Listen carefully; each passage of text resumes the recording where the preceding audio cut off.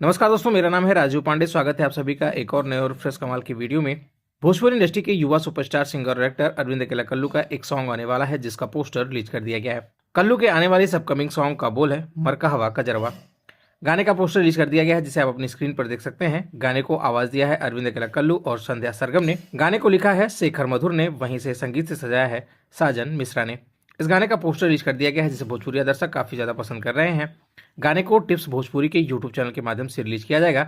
आपको बता दें कि अरविंद अकेला कल्लू के आने वाले इस अपकमिंग सॉन्ग को 18 अप्रैल को टिप्स भोजपुरी के यूट्यूब चैनल के माध्यम से इस अपकमिंग ऑडियो वीडियो सॉन्ग को रिलीज किया जा रहा है।